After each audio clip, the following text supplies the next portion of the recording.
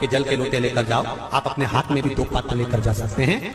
पंचमी तिथि के दिन हाथ में 2 लोटे जल के, 2 कलश जल के जब हम शंकर भगवान को चढ़ाते हैं तो ऊपर जो कमंडल होता है शिव जी के ऊपर जलधारी होती है, जिसमें जया, विषहरा, श्यामली, बारी, दौतली और देव शंकर भगवान की 5 बेटियां जिसमें विराजमान होती हैं। जब हम जल समर्पित करते हैं, हमारे पीढ़ी में, परिवार में अगर कोई अधोगति में मर गया होता है, कुंवारी अवस्था में चले गया होता है, गर्भ में मर गया होता है, गर्भ के बाहर निकलकर भी अगर कुंवारी अवस्था में चले गया होता है, तो श्रावण महीने की दोनों पंचमी पर परिवार का अगर कोई एक व्यक्ति भी जल चढ़ा देता है शंकर भगवान पर, तो सर्प की योनि में नहीं पड़ता, जीव मुक्त हो जाता है। प्रेत योनि में, सर्प की योनि से मुक्त हो जाता है। पंचमी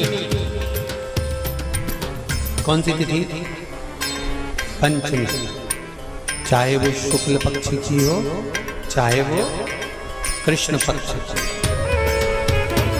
शिव महापुराण की कथा करती है, आपको सुख अनुभव हो जाए। कार्य से जिंदगी में कभी संपदा नहीं हो सकती, संपदा बढ़ती चली जाए। संपदा घट नहीं सकती, बढ़ेगी और घटेगी, कष्ट नहीं आ सकता, रोग बीमारी तकलीफ नहीं आ सकती। आपके लिए तो लाभदायक है, समझ लो ये कथा।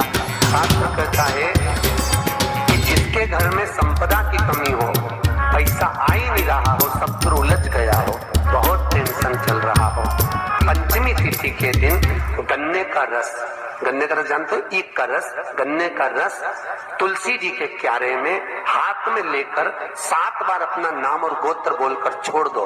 जिंदगी में 3 साल में तो करोड़पति बनकर बैठ जाओगे, कभी लक्ष्मी की कमी नहीं आ सकती। तैयारी में बैठे रहोगे कि फिर पंचमी तिथि आए। हमारे यहाँ सांपों की पूजन कौन से दिन होती है, कौन सी तिथि में करते हैं?